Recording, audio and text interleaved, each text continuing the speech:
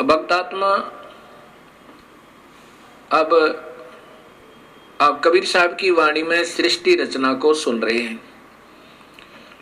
और साथ में गरीबदास जी उसका प्रमाण दे रहे हैं कि मैंने भी आंखों देखा उस कबीर परमात्मा की रजात है। और वही मैं आपको बता रहा हूं कबीर परमात्मा की ही रजा से। अब गरीबदास जी बता रहे हैं, पीर पैगंबर कुतुब ओलिया सुर नर मुनिजन ज्ञानी, इत्या को तोरा ना पाया जमके बंधे प्राणी। ये पीर पैगंबर कुतुब ओलिया,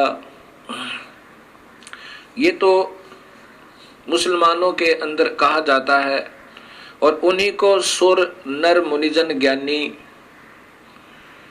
ये हिंदू उन्हीं का नाम है हिंदी भाषा में, और वो अरबी के अंदर पीर पैगंबर कुतुब ओलिया और हिंदी में सुरनर मुनिजन ज्ञानी।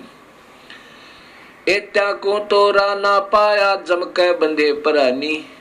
इनको तो प्रभु की भक्ति से यथार्थ प्राप्त नहीं हुई और ये इस जम यम अर्थात काल साधना में ही बंधे हुए हैं। अब अपनी समर्थता बताते हुए कबीर परमेश्वर कह रहे हैं, काल अकाल दोहों को मोसो महाकाल सिर मुंडू।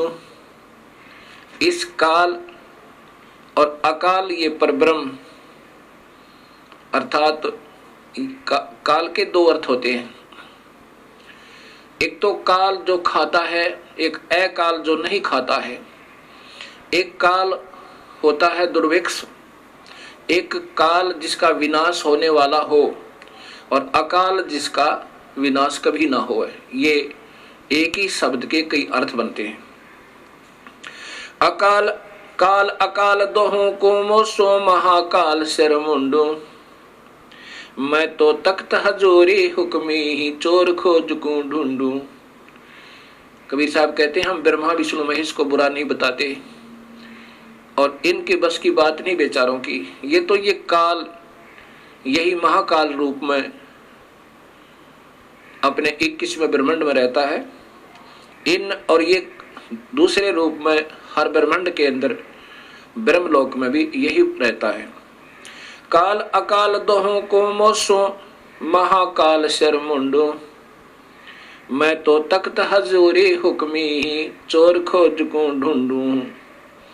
हम तो उस जड़ को पकड़ेंगे, उस काल को, और यही कारण है दुखदाई, सभी जीवों को यही दुखी कर रहा है।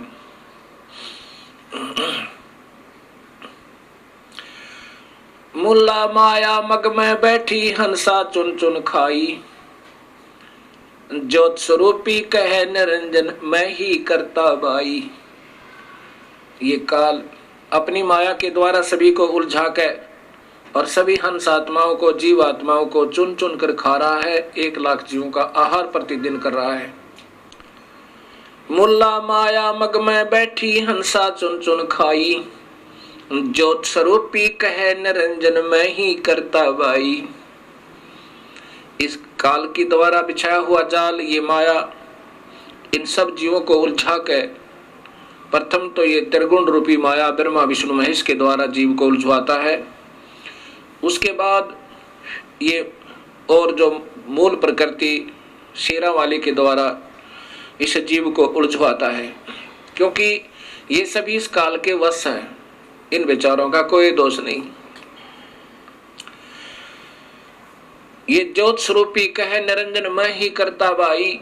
ये अनजान आत्माओं को के ऊपर प्रभु बना हुआ है, लेकिन ये प्रभु नहीं है।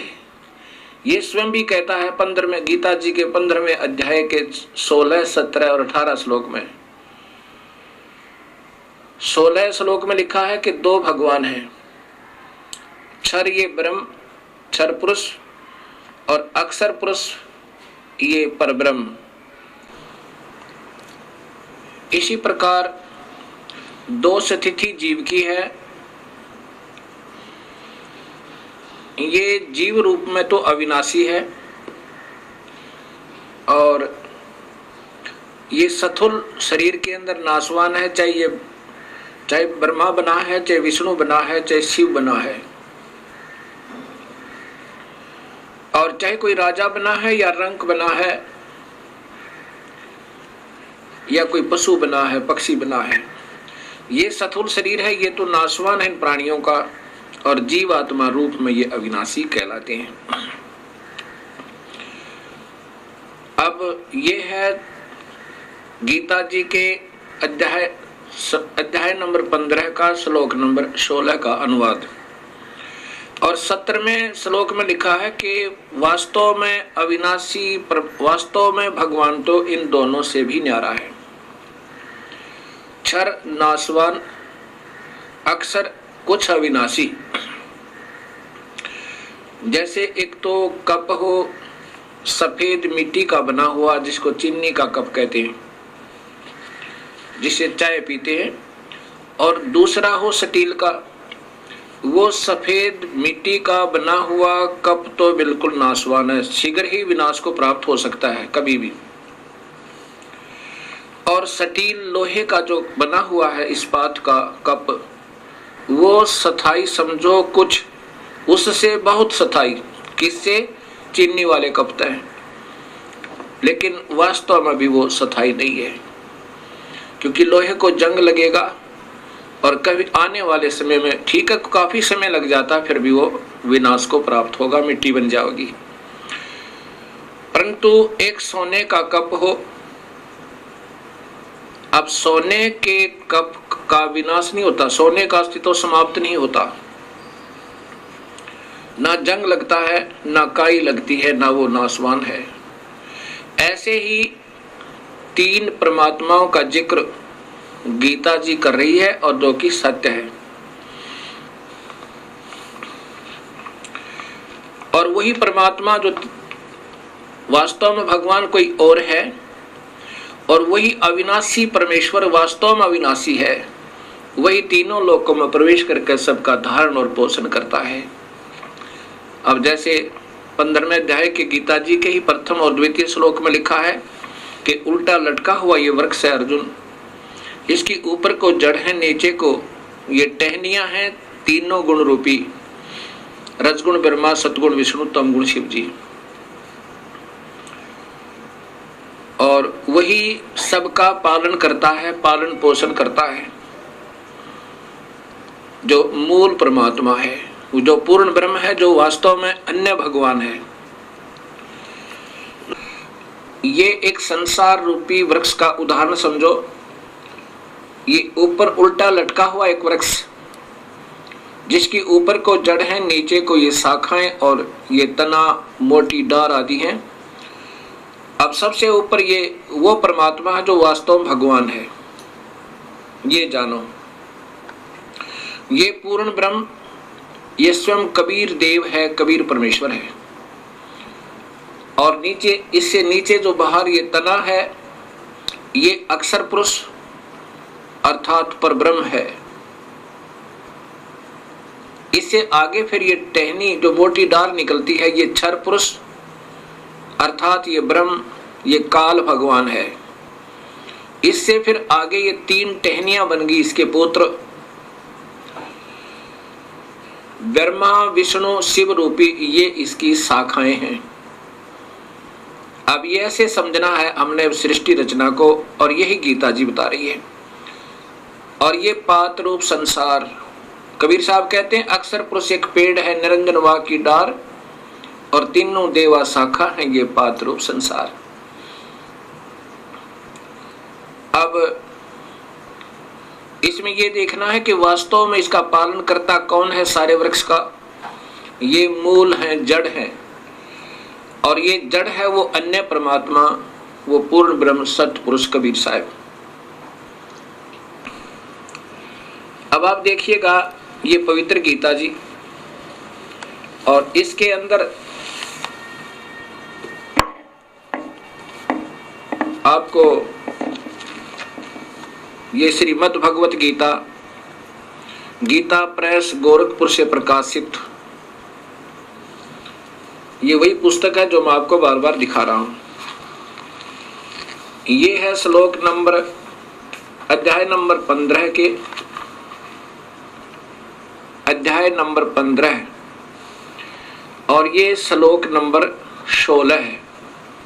पहले इसकी ये मूल संस्कृत देखिएगा, सीधा सार्थ इससे बनेगा, क्योंकि इन सरलारकर्ताओं ने स्वयं इतना ज्ञान नहीं था कि ये सत्य को सत्य कह सके। ये लिखा है द्वि इमौ पुरुषो लोके क्षर च अक्षर, इस पृथ्वी वाले लोक में दो भगवान हैं। दवी माने दो, दवी माने दो, इमौ माने इस, पुरुषो माने पुरुष, लोके माने संसार में, क्षर ये नासवान, ये क्षर ये ब्रह्म है, अक्षर ये पर ब्रह्म। द्वि पुरुषो, अक्षर पुरुष क्षर पुरुष, इन इस पुरुष को यहाँ दोनों स्थान पर लगेगा। ये एवं माने इसी प्रकार, और इसी प्रकार च, और इसी प्रकार क्षर सर्वाणी भूतानि कटुष्ट अक्षर उच्यते, इसी प्रकार जीव की दो स्थिति है। अब यहाँ इनके द्वारा टीका भी देखिएगा, ये श्री जयदयाल गोविंद का जी के द्वारा भाषा भाष्य टीका है। इस संसार में नाशवान और विनाशी भी दो प्रकार के पुरुष हैं। यहाँ पुरुष माने भगवान लिखना था, प्रभु लिखना था। फिर इसी प्रकार सर्वाणी सब संपूर्ण प्राणियों के शरीर तो नाशवान है और जीवात्मा अविनाशी कहा है। अब ये तो क्षर और अक्षर की ज्ञान दिया। अब वास्तव में ये 17वां श्लोक बताता है, स्पष्ट लिखा है, उत्तम पुरुष है तो अन्य, वास्तव में उत्तम परमात्मा यानी इनसे भी श्रेष्ठ भगवान तो कोई और ही है, जिसको परमात्मा इति उदाहरते। इस पुरुष का अर्थ भी यही दे दिया कि वो पुरुष वो वास्तव में भगवान परमात्मा है, इस प्रकार कहा जाता है। और वही अवम ईश्वरम, वही अविनाशी परमेश्वर इन तीन त्रिलोक में, इन तीनों लोकों में भी प्रवेश करके, अविश्वय माने प्रवेश करके, विभर्ति माने सबका पालन पोषण करता है, वो अन्य भगवान। अब इन्होंने कैसे किया है ये भी देखिएगा।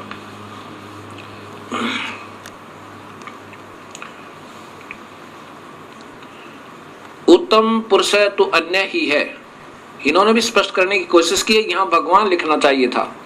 उत्तम भगवान तो कोई अन्य है, प्रभु तो कोई अन्य है, तो तीनों लोकों में प्रवेश करके सबका पोषण का धारण पोषण करता है, अविनाशी परमेश्वर परमात्मा इस प्रकार कहा गया है। अब यहाँ सिद्ध कर दिया कि वही पुरुष यानी परमात्मा, उसी को परमात्मा भी कहते हैं, वही वास्तव में भगवान है। अब ये सिद्ध करना चाहता है दास ने कि गीता बता रही है कि परमात्मा कोई और है, ये स्वयं काल बोल रहा है गीता जी में, ये ब्रह्म बोल रहा है। अब 18वें श्लोक में स्पष्ट है, ये स्वयं काल भगवान कह रहा है कि क्योंकि मैं, यहां लो, क्योंकि मैं नाशवान जड़ क्षेत्र से तो सर्वथा अतीत हूं और अविनाशी जीव आत्मा से भी उत्तम हूं, इसलिए लोक में और वेद में पुरुषोत्तम नाम से प्रसिद्ध हूं। क्या बताना चाहा है, यही मैं आपको बताना चाहता था। लोक वेद क्या है? सुना सुनाया ज्ञान लोक वेद कहलाता है। अब ये ब्रह्म भगवान क्षर पुरुष अर्थात काल भगवान स्वयं स्वीकार कर रहा है कि मुझे तो केवल इसलिए भगवान कहते हैं, पुरुषोत्तम कहते हैं कि मैं इस जीव आत्मा से जो मेरे अंतर्गत है, मेरे ब्रह्मांड में 21 ब्रह्मांडों में है, वो चाहे जीव रूप में है, जीवात्मा रूप में, चाहे वो स्थूल शरीर में देव हैं, महादेव हैं, चाहे ब्रह्मा विष्णु महेश हैं, और भावे ये राजा और रंक है, और चाहे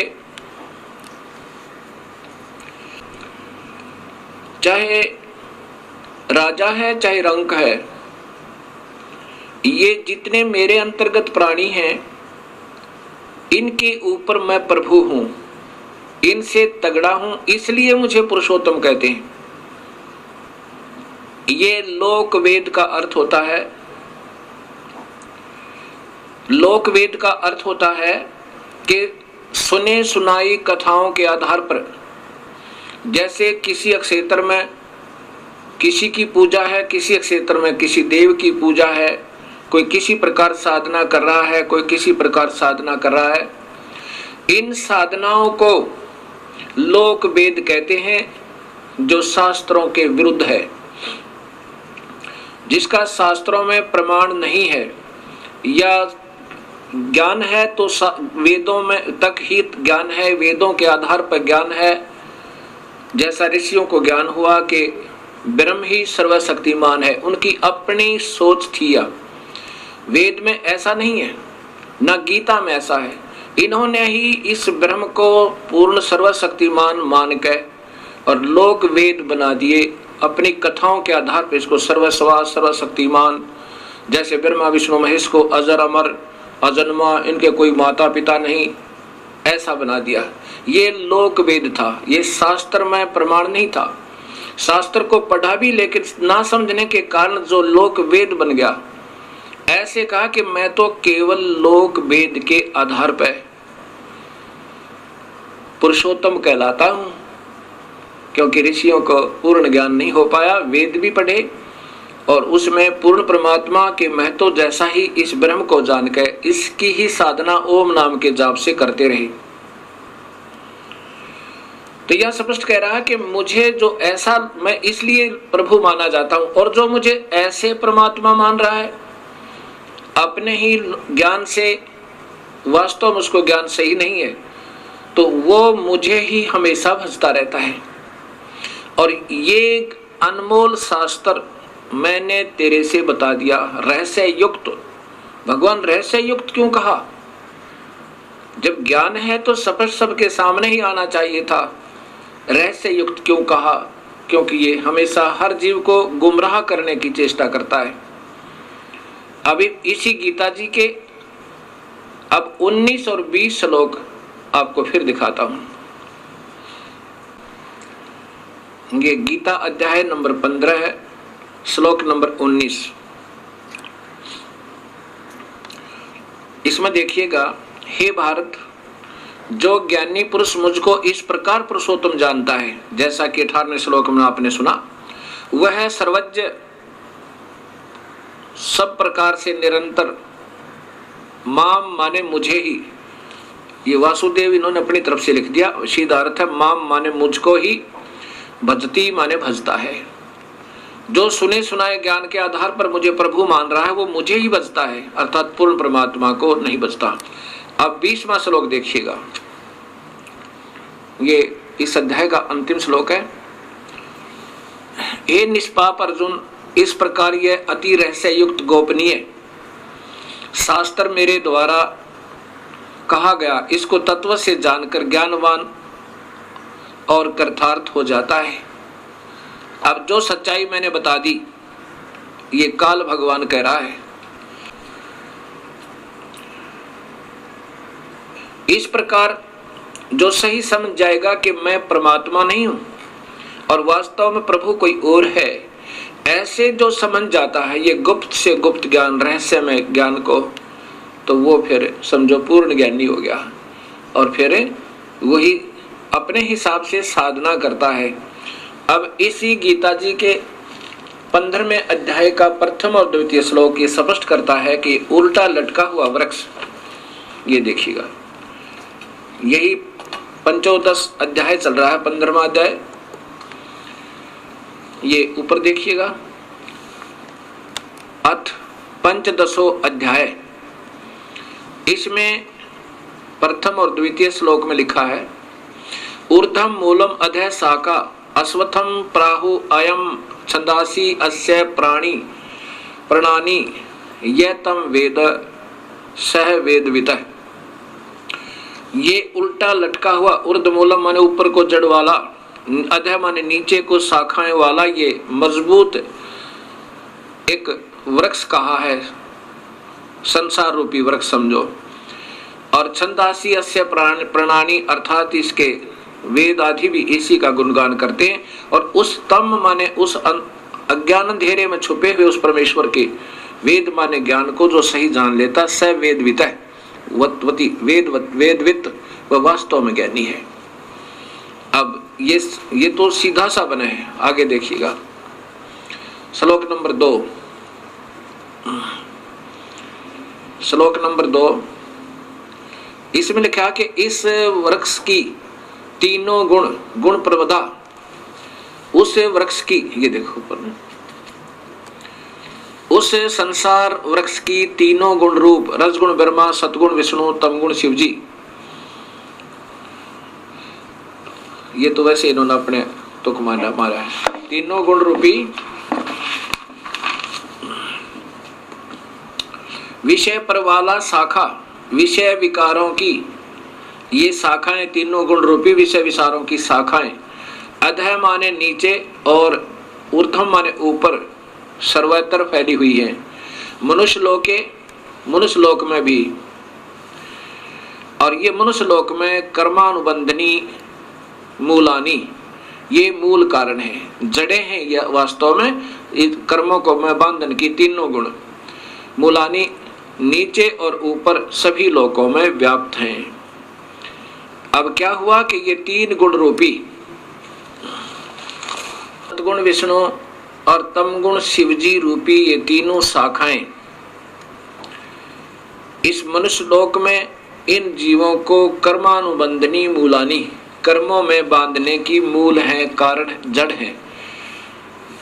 अब इस प्रकार इस गीता जी के ज्ञान को हम समझ के और फिर आगे चलेंगे, तब हम इसको सही ढंग से समझ पाएंगे। क्या बताया?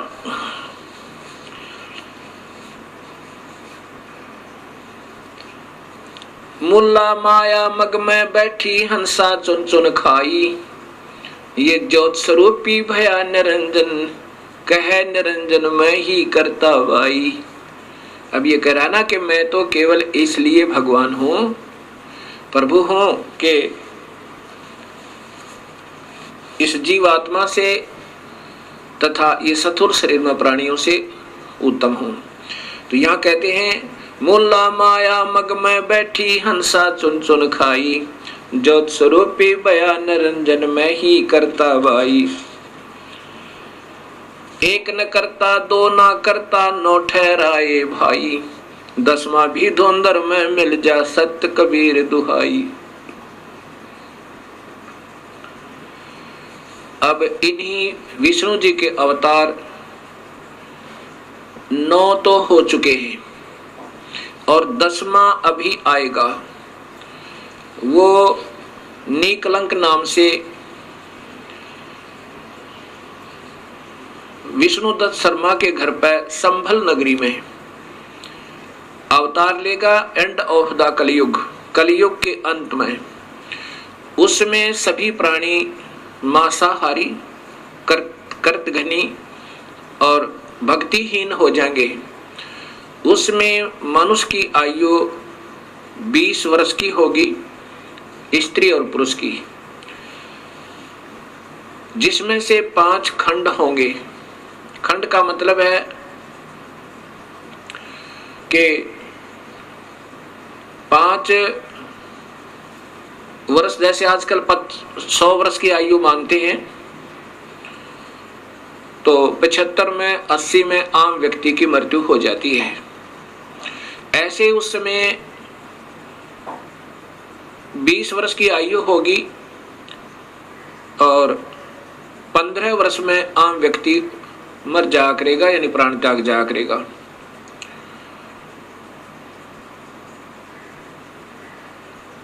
उसमें 5 वर्ष की लड़की के बच्चे उत्पन्न होने प्रारंभ हो जाएंगे और कुल कद जो है, हाइट मानव की ज्यादा से ज्यादा 1.5 या 2 फुट होगी।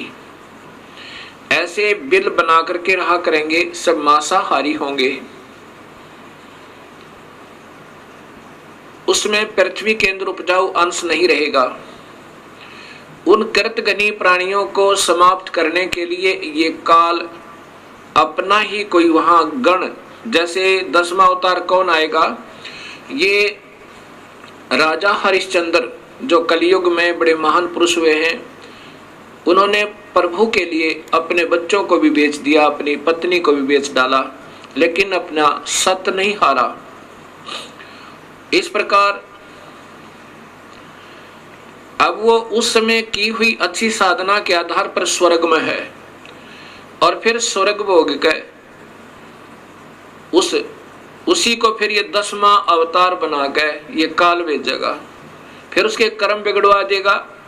यहाँ पर वो सब को खत्म करेगा। जैसे परशुराम जी ने अक्षत्रियों को काट डाला, उसको शक्ति दे दी काल ने, और ऐसे ही महाभारत का जब युद्ध करवाना था, अर्जुन को शक्ति दे दी काल ने, और जब वो अनर्थ हो लिया फिर वो छीन ली, और फिर वो अर्जुन बिल्लों ने पीटा, और वो गांडीव धनुष नहीं चला उससे। तब वो स्वयं अर्जुन कहता है कि मेरे को भगवान कृष्ण ने छल लिया, युद्ध करवाना था तब तो शक्ति दे दी, अब मेरे से ये धनुष नहीं चल रहा।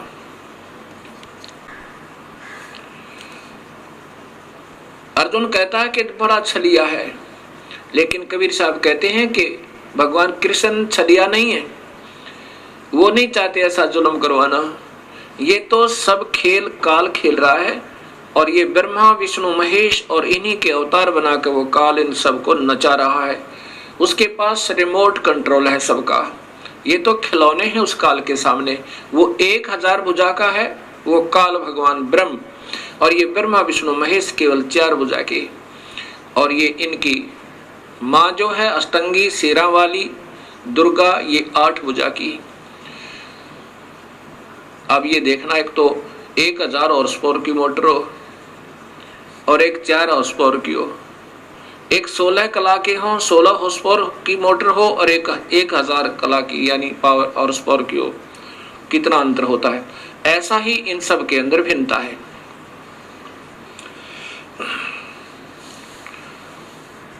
तो इस प्रकार ये काल सभी को नचा रहा है, और वो 10वां जो अवतार आएगा राजा हरिश्चंद्र, यहाँ इन सब कर्तघनी प्राणियों को मार डालेगा, और वहां जितनी हत्या वो करेगा उसके पाप कर्मों को उसकी ही अकाउंट में लिख दिया जाएगा।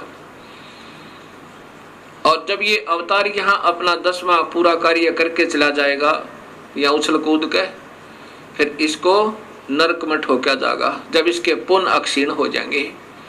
ऐसे ये काल सबको धोखा देके अस्थायी सुख दिखा के इन सबको नचा रहा है, ऐसा कबीर परमेश्वर बताना चाहते हैं। 88 दीप मुनीश्वर बंदे मुल्ला डोरी। इस काल की ही माया के अंदर फंसे हुए हैं कौन कौन? 88,000 ऋषि और 33 करोड़ देवता, 9 नाथ 84 सिद्ध, और ये ब्रह्मा विष्णु महेश जैसी पुण्यात्मा भी ये काल की ही डोर के बंधे हुए हैं, इनसे बाहर नहीं है। 88 दीप मुनीश्वर बंदे मुल्ला डोरी, इतम जमका तलबना चलियो पुरुष किशोरी। इन इतनों में तो 21 ब्रह्मांड में तो काल ही का तलवाना अर्थात हुक्म चलता है। मुल्ला का तो माथा दागू सत की मोर करूंगा, हंस द्वीप को हंस पुरुष दीप को हंस ले जाऊं, दरा न रोकने दूंगा। अब कबीर परमेश्वर कहते हैं कि इस काल की मुल्ला माया अर्थात सब माया को मैं काट दूंगा, और अपने हंस को सतलोक में पुरुष दीप में पूर्ण परमात्मा वाले लोक में ले जाऊंगा। रास्ता नहीं रोकने दूंगा, मैं साथ रहूंगा अपनी पुण्यात्मा के, जो सत भक्ति मेरे पूरे हंस से पूरे संत का नाम लेकर के और वही 3 मंत्रों के जाप से विधिवत साधना अंतिम श्वास तक करता रहेगा। हम तो बंदी छोड़ कहां धर्म राय है चकवे, सतलोक की सकल सुनावा वाणी हमारी अखवे। 14 भवन गवन है मेरा जल थल में सर्वंगी, खालक खलक खलक में खालक अवगत अचल अवंगी।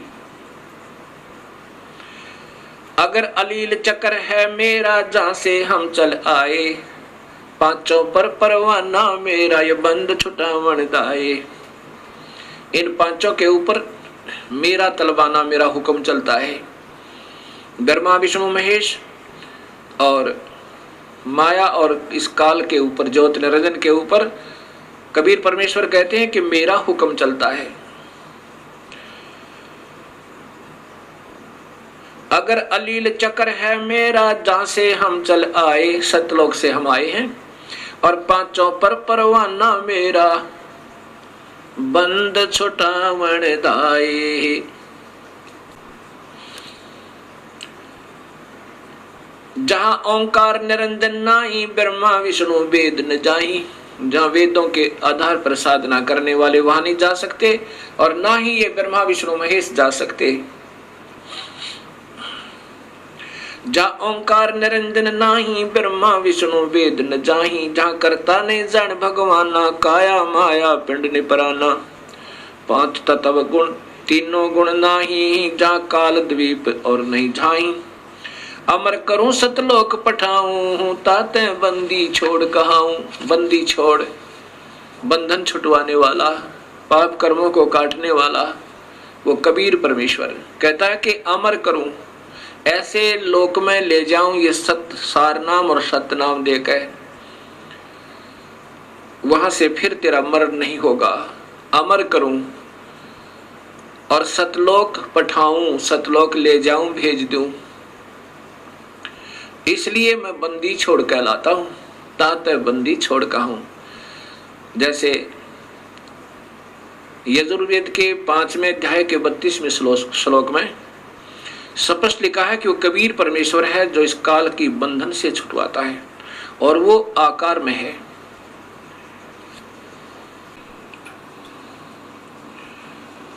अब कबीर साहब कह रहे हैं कि अमर करूं सतलोक पठाऊं, ताते बंदी छोड़ कहाऊं। बंदी छोड़ का अर्थ होता है बंधन से छुटवाने वाला, काल की कारागार से छुटवाने वाला।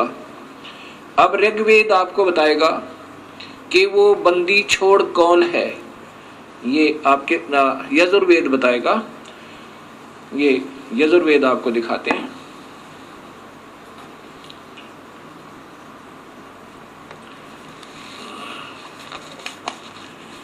ये महर्षि दयानंद सरस्वती इनके द्वारा भाषा भाष्य है, इनका स्वयं भाषा भाष्य, इनका टीका किया हुआ है।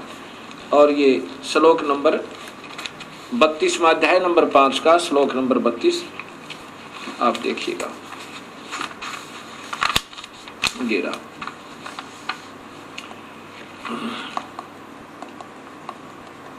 ये देखिएगा, ये है श्लोक नंबर 32 अध्याय नंबर 5 पंचमो अध्याय और श्लोक नंबर 32। ये देखिएगा, ये है उसी गसी कबीर अंगारी असी। बंबारी बंबारी बंबारी माने बंधनों का शत्रु। अवसरोसी दो वसवान सुधन्यो रसी मार्जालिय सम्राट असी कृषाणु पृष्ठो असी पवमानो नभोसी प्रतका मृष्टासी हवसूदन है रथ धामा असी सवर ज्योति। अब इन्हीं के द्वारा, महर्षि जी के द्वारा ही इनके शब्दों में सुनिए पहले तो। हे जगदीश्वर, जिस कारण आप उशिक माने कांतिमान, असी माने है, हैं, अंगहारी माने खोटे चलन वाले जीवों के शत्रु। अंग का अर्थ होता वास्तव में पाप। वापस लेना, अंगहारी का अर्थ होता पाप, अरि माने शत्रु। अंग माने पाप, अरि माने शत्रु। पाप क्या शत्रु, पाप काटने वाले, खोटे कर्म, ये छोटे खोटे चलन नहीं, ये सीधा अर्थ है अंगारी माने पाप कर्मों को काटने वाले। कबीर, ये कबीर है, ये कबीर को यहाँ कबीर ही लिखना था। कबीर असी माने है, वो पाप काटने वाला कबीर है। आगे देखिए, फिर स्वयं स्वीकार करते हैं बंभारी बंधनों का शत्रु, बंधनों के शत्रु व तारादि तंतुओं के विस्तार करने वाले। ये तो इन्होंने अपना बना दिया सीधा बंभार। बंभर माने भंवरे की तरह विषय वासनाओं के बंधन में बंधे हुए काल के जाल में। ये बंभारी माने बंधनों के शत्रु, बंभर माने भंवरे की तरह बंधे हुए बंधनों में, विषय वासनाओं के बंधनों में, उनको काट के इस काल की कैद से छुड़ाने वाले ये परमात्मा कबीर है। कौन है? वो कबीर है। और वो कहाँ रहता है? ये देखो, वो रत धामा, ये स्वयं कहते हैं वो सत धाम युक्त, असी माने है वो सतलोक में रहता है। अब यहां फिर ऊपर देखना, ये मूल संस्कृत सीधा अर्थ लिखा है कि उसी गसी कबीर, ये स्पष्ट कबीर शब्द है। कबीर अंगारी असी, पाप काटने वाले कबीर हैं। और बंभारी, बंभारी माने बंदी छोड़, बंधनों के शत्रु कहो या बंधन छोड़वाने वाले बंदी छोड़ कहो, हम उनको बंदी छोड़ कहते हैं। इसलिए कबीर परमेश्वर कह रहे हैं कि अमर करूं सतलोक पठाऊं, ताते बंदी छोड़ कहाऊं। इसलिए मैं बंदी छोड़ कहलाता हूं। अमर करूं और काल के जाल से जीव को छुटवा कर सतलोक ले जाता हूं। अब गरीबदास जी, वही कबीर परमेश्वर की प्यारी आत्मा, अपने प्रभु की समर्थता कैसे बताते हैं और इस काल के जाल को कैसे समझाना चाहते हैं।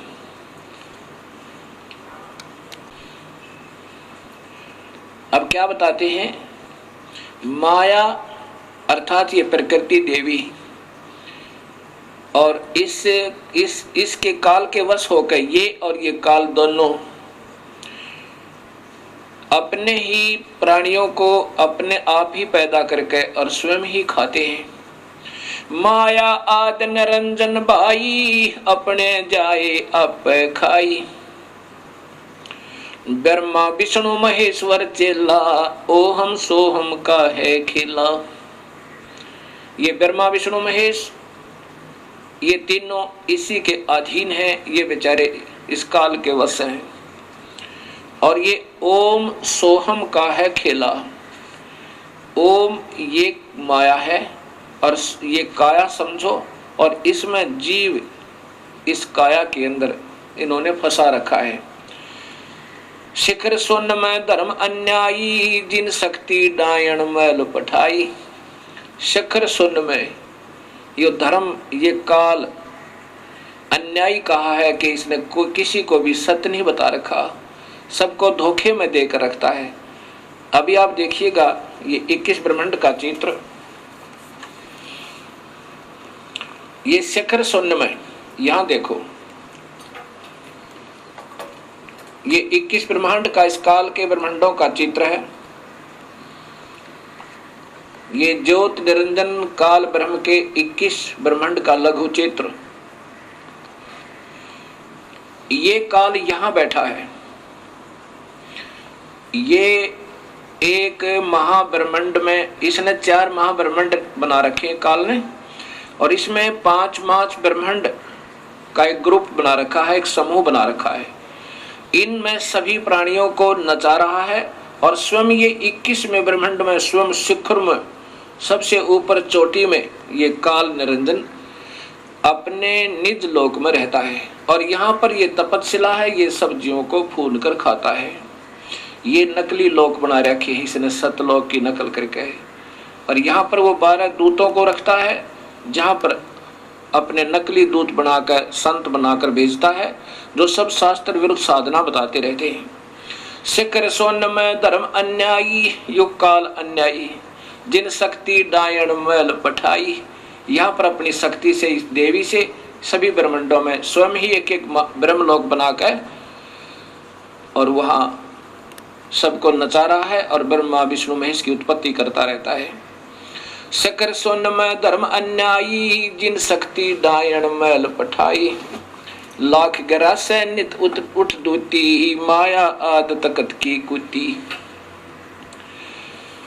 इस काल भगवान को कबीर परमात्मा बहुत बुरे शब्दों से लताड़ रहा है कि ये नीच आत्मा इन सबको धोखा देकर ले आया यहाँ पे, झूठे लालच में, अभी इनको सब झूठे लालच में ही लगा रहा है। 1.25 लाख घड़िए नत भांडे, हंसा उत्पत्ति पर ले डंडे। होय होय, 1.25 लाख रोजाना, 1 लाख को तो रोज खाता है ये काल, मानव शरीरधारी प्राणियों को, और 1.25 लाख की उत्पत्ति करता है। लाख गरा सैन्यत उठ दूती, माया आद तकत की कुती। यानी वहां से इसने गंदा कर्म किया, कुत्तों जैसा व्यवहार किया इस लड़की के साथ, इसलिए काल को वहां से निकाल दिया। और फिर कहा कि ये 1 लाख जीवों का रोज आहार करता है ये काल भगवान, जिसको ये नादान आत्मा सभी पूज रही हैं। और इसी के 3 पुत्र हैं, ब्रह्मा विष्णु महेश। 1.25 लाख घड़िए नत भांडे, हंसा उत्पत्ति पर ले डंडे। 1.25 लाख प्रतिदिन जीवों की उत्पत्ति करता है और 1 लाख का आहार कर लेता है। ये भक्त आत्मा हंस आत्माओं को जन्म और मरण के दंड से दंडित करता रहता है। ये तीनों चेला पटपारी, सरजे पुरुषा सरजी नारी। खोखापुर में जीव भुलाने, स्वप्ना विष्ट बैकुंठ। खोखापुर में जीव भुलाए, स्वप्न विष्ट बैकुंठ बनाए। इस खोखापुर में इस काल का लोक दिखा तो ये सतलोक जैसा है, यानी उसकी नकल कर रखी है। और ये सब ऊपर से कवर, खोखा माने कवर, वो तो ठीक लगता है सही ओरिजिनल माल जैसा, लेकिन अंदर माल डुप्लीकेट है। कीड़ी कुंजर और अवतारा, हरहट डोर बंधे कई बारा। ये अरहट का कुआ लोई, यागल बंधा है सब कोई। ये अरहट माने रहट का, एक रहट होता है एक कुएं के अंदर वेल, और उसमें एक चैन लगा करके एक पुली पर एक सर्कुलर लोहे का एक घेरा होता है, और उसके ऊपर बाल्टियां बकेट्स वो जड़ दी जाती है उस चैन के ऊपर, और फिर उसको बैल से चलाया करते थे कोल्हू की तरह। और फिर वो नीचे से बाल्टियां भरकर आती थी, ऊपर खाली हो जाती थी, फिर नीचे से भरकर आती थी, ऊपर खाली हो जाती थी। ऐसे ही ये भक्त आत्मा नीचे अपने पुण्य और पाप इकट्ठे करते हैं, ऊपर स्वर्ग के अंदर जाकर के उनको स्वर्ग और नरक में उन दोनों को खाली करके फिर 84 लाख जोनियों के कष्ट को फिर उठाते रहते हैं।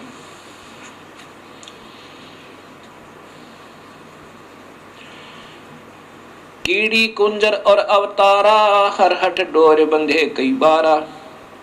कीड़ी यानी चींटी से लेकर और हाथी तक, और ये अवतार भी ऐसे ही काल के जन्म मरण रूपी रहट से बंधे हुए हैं।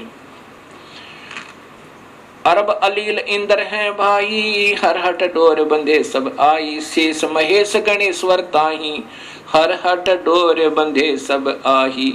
ये शेष महेश, ये गणेश्वर, ये भी सब जन्म मरण के अंदर ही हैं, ब्रह्मा विष्णु महेश भी। शुक्रादिक ब्रह्मादिक देवा, हरहट डोर बंधे सब खेवा। शुक्रादिक ये शुक्राचार्य जैसे महापुरुष भी, और ब्रह्मादिक ब्रह्मा विष्णु महेश आदि, ये भी इस जन्म मरण की रहट की डोरी में सब बंधे हुए हैं। कोटिक करता फिरता देखा, हरहट डोर कहूँ सुन लेखा। ये चतुर्भुजी भगवान कहाँ में, हरहट डोर बंधे सब आवे। ये चतुर्भुजी भगवान कहाँ में, ये 4 भुजा के भगवान ब्रह्मा विष्णु महेश कहलाते हैं। ये भी इस जन्म मरण के चक्कर रूपी रहट की डोरी से बंधे हुए हैं। ये है खोखापुर का कुआ, इसमें पड़ा सो निश्चय मुआ। ये वो बहुत ही निम्न सत्र का स्थान है, इसमें जो भी हो गया, पैदा हो गया, वो मरेगा, और मर गया उसका जन्म अवश्य होगा। ये सृष्टि रचना कबीर परमात्मा ने स्वयं सुनाई और साथ में सभी शास्त्रों में अब काल का प्रमाण काल का प्रमाण आप स्वयं देखिए गीता जी के अंदर। ये ब्रह्म काल सत्पुरुष स्वयं अपने आप को कहता है कि मैं काल हूं। श्रीमद् भगवत गीता, गीता प्रेस गोरखपुर से प्रकाशित है, वही पुस्तक है ये। इसमें अध्याय नंबर 11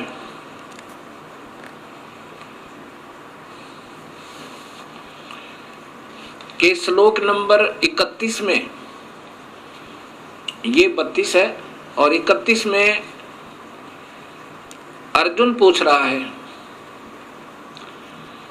कि मुझे हे भगवान, हे उग्र रूप वाले, जब इन्होंने विराट रूप दिखाया, 1000 भुजा का, 1000 आंखें आदि आदि, तो अर्जुन पूछ रहा है कि मुझे बतलाइए आप उग्र रूप वाले कौन हैं? हे देवों में श्रेष्ठ, आपको नमस्कार हो, प्रसन्न होइए।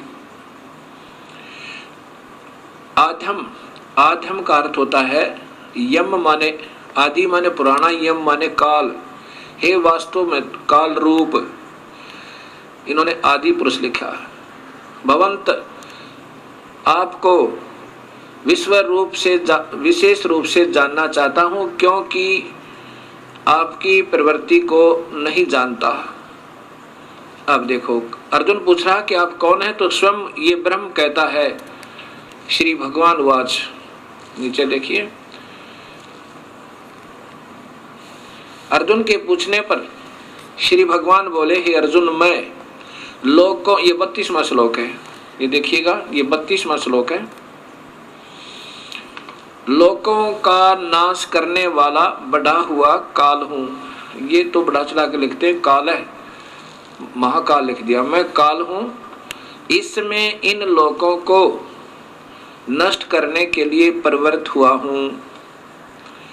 हे ये जो प्रतिपक्ष की सेना में स्थित योद्धा लोग हैं, ये तेरे मारे बिना भी,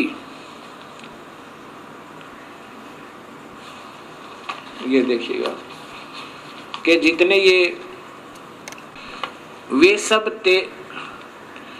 सब तेरे मारे बिना भी नहीं रहेंगे, इन सब का नाश हो जाएगा। अब यहाँ फिर देखिएगा, ये कहते हैं कि मैं अब प्रवृत्त हुआ हूँ। प्रवृत्त हुआ हूँ मतलब मैं प्रकट हुआ हूँ, ये स्वयं कहते हैं। फिर देखना, लोगों का विनाश करने वाला,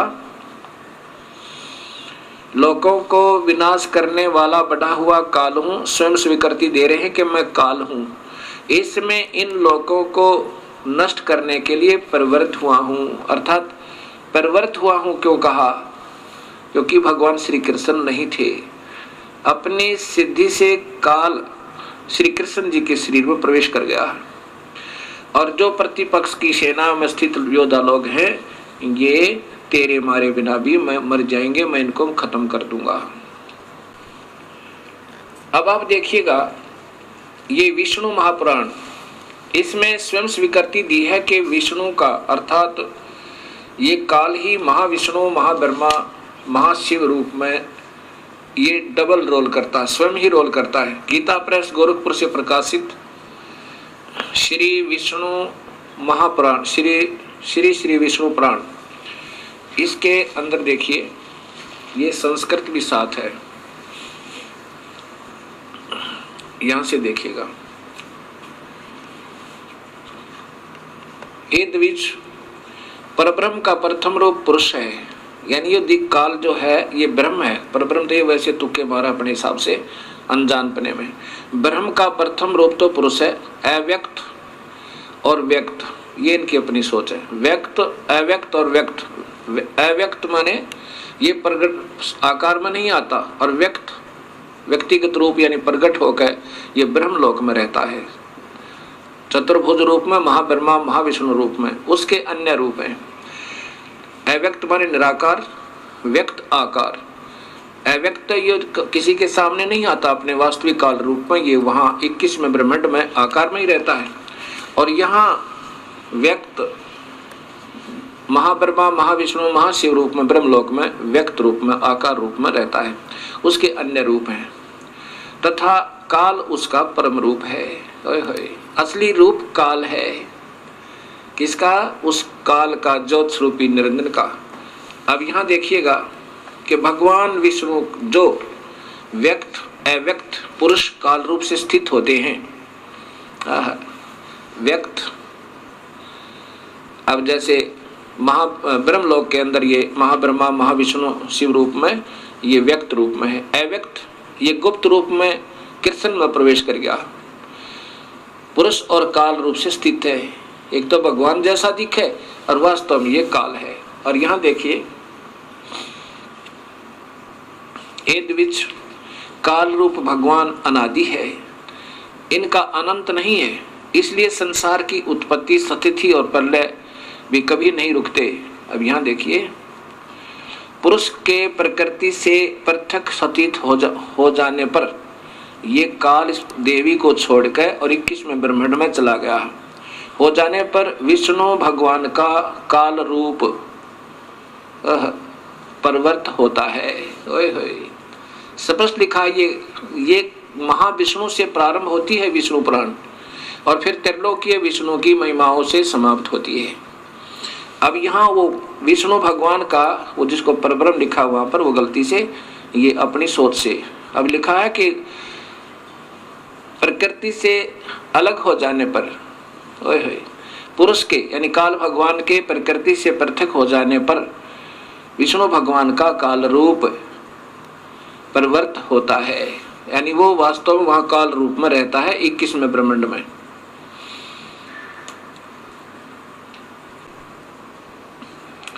अब ये सामने देखिएगा एक ब्रह्मांड अंड का लघु चित्र।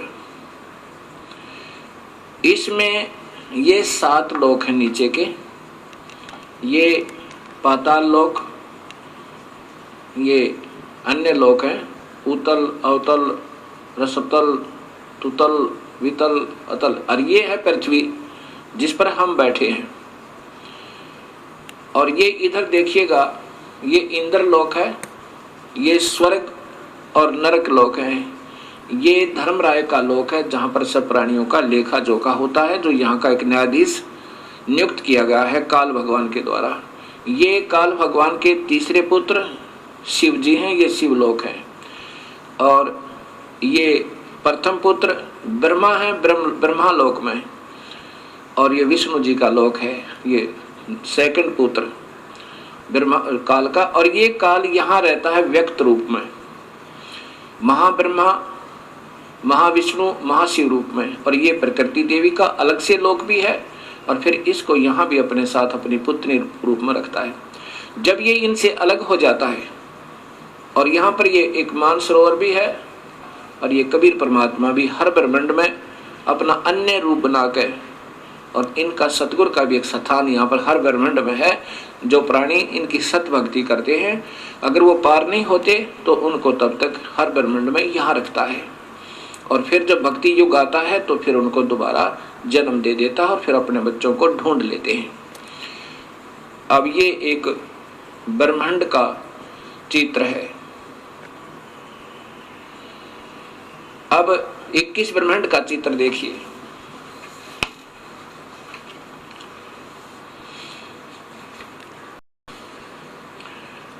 अब यहां ये देखिए पूरा का पूरा। अब क्या कहा विष्णु पुराण में कि जब ये प्रकृति से भिन्न हो जाता है, हर ब्रह्मांड में अपने उत्पत्ति करके, ये एक ब्रह्मांड है, ये 5 महाब्रह्मांड का ग्रुप है, 5 ब्रह्मांड का, और एक महाब्रह्मांड बनाया हुआ इस काल ने। इस एक एक ब्रह्मांड में अपनी पत्नी के साथ रहकर एक एक ब्रह्मा, एक विष्णु, एक शिव की उत्पत्ति करके एक ब्रह्मांड की शुरुआत कर देता है। फिर इनसे भी अलग हो जाता है, फिर इनके साथ नहीं रहता, वो काल यहाँ रहता है। देखो कितना स्पष्ट किया है कि वो फिर काल रूप हो जाता है इस 21वें ब्रह्मांड में। तो यहाँ गरीबदास जी कहते हैं, शिखर सुन मधुरम अन्यायी जिन शक्ति डायन मैल बैठाई। इसको छोड़ के प्रकृति से ये दबाव से काम लेता, जबरदस्ती बाई फोर्स। ऐसे ही सभी तीनों पुत्रों को रजगुण सतगुण तमगुण बनवा दिया। अब ये बेचारे क्या करें, जैसे मिर्च बन गई तो मिर्च का स्वभाव तो रहेगा ही, उसका क्या दोष बेचारी का। अब यहाँ देखिएगा कि आपको ऋग्वेद दिखाऊंगा। उसमें लिखा कि इस काल ने इन सभी 21 ब्रह्मांडों को ऐसे गोल आकार वृत्ताकार में सबको घेर कर और उससे भी बाहर बैठा है, इनसे भी बाहर बैठा है, यहाँ बैठा है।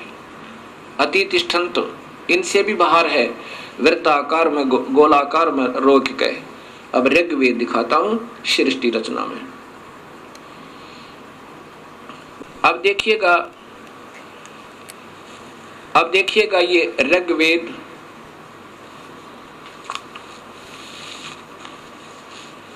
ये महर्षि दानंद सरस्वती द्वारा भाषा भाष्य है। इन्होंने भी सत्य को छुपाते छुपाते भी नहीं छुपा पाए, क्योंकि इनको स्वयं ज्ञान नहीं था कि परमात्मा वास्तव में है कौन। अब ये देखिएगा ऋग्वेद मंडल नंबर 10 और सूक्त नंबर 90 इसमें देखना संस्कृत स्पष्ट बता रही है। यहां देखिए सहस्रा शीर्षा सहस्रा अक्षा अक्षय सहस्र पात है स भूमि विश्वस्तो वृत्वा, ये देखना वृत्वा अति तिष्ठन्त 10 उंगलम पुरुष है परमेश्वर, ये काल भगवान, पुरुष माने काल भगवान। क्योंकि अब सहस्रा शीर्षा संसार के सिरों वाला, सहस्रा संसार के नहीं 1000 सिर वाला, जैसे गीता में लिखा है हे सहस्रा बाहु सहस्रा अक्ष वाले, सहस्रा अक्षय और हजारों आंखों वाला, इन्होंने संसार की आंखों वाला लिखा है। जबकि सहस्र माने 1000 होता है, 1000 पात है, 1000 पैरों वाला सहस्रा पात। अब मैं जो बताना चाहता हूं कि ये क्या लिखा है, स माने वह भूमि, इस भूमि वाले पृथ्वी वाले लोकों में प्रकृति को विश्वता माने सब और से वृत्वा, ये वृत्वा माने गोल आकार में घेर के 10 उंगलम, इन्होंने 10 इंद्रियों लिखा नहीं, 10 उंगल माने इन 10 इनसे बाहर, यानी अपने पूरे काबू में करना। 10 उंगलम में माने पूरे काबू में करके। अति तिष्ठत यानी इनसे भी बाहर बैठा है। अब ये संस्कार दिखाई आपको। अब ये दास बताएगा वास्तव में इनका क्या सरलार्थ बनता है। और फिर आगे इन्होंने किया है, इन्होंने की भाषा में सुनिए पहले। अब दूसरा श्लोक,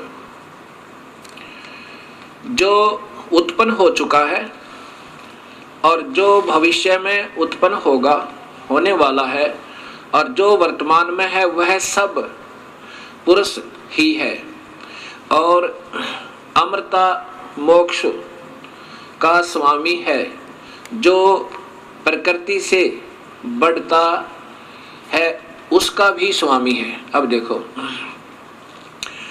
ये परब्रह्म की महिमा है, वो ब्रह्म की महिमा थी।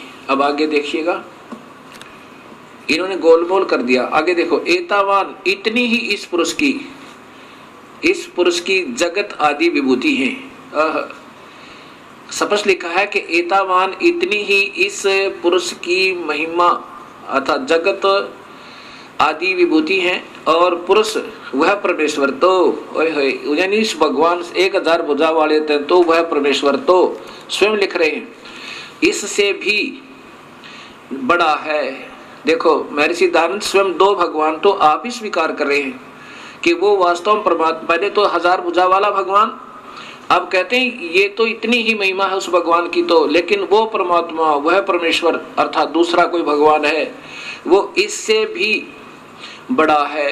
हे मालिक, 2 भगवान स्वयं स्वीकार करते हैं और स्वयं कहते हैं भगवान है ही नहीं, निराकार है, एक ही प्रभु है, विश्व समस्त भूत जात इसका एक पैर है, एक पैर है, पाद है, इसके 3 पाद ज्ञान प्रकाश दिदिनी दिवी है, ये अमृतम अविनाशी है।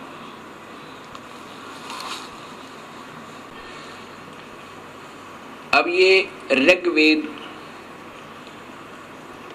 मंडल नंबर 10 और सूक्त नंबर 90 स्वयं महर्षि दानंद सरस्वती जी द्वारा भाषा भाष्य अर्थात इसका सरलार्थ है।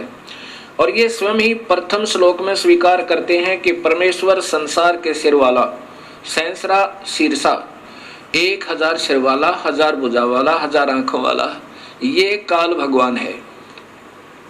और इसका वास्तविक अर्थ ये बनता है, इस दास ने किया है कि पुरुष विराट रूप काल भगवान अर्थात क्षर पुरुष, 1 सहस्रा शीर्षा, 1000 सिर वाला, 1000 आंखों वाला, 1000 पैरों वाला वह काल भूमि मन पृथ्वी वाले 21 ब्रह्मांडों को विश्वस्तः माने सब औरतें, विश्वस्तः माने सब और से जबरदस्ती घेर के, विश्वस्तः 10 उंगलम, 10 उंगलम माने बिल्कुल पूर्ण काबू करना, यानी 10 उंगलों के बीच में रख लेना, उसको पकड़ लेना, जकड़ लेना। 10 उंगलम का अर्थ ये है पूर्ण रूप से घेर के, वर्तवा यानी गोल आकार में घेर के, अत्यतिष्ठत इससे भी बाहर उस काल लोक में ठहरा हुआ है। ये आपको अभी मैंने दिखाया था और ये फिर देखिए।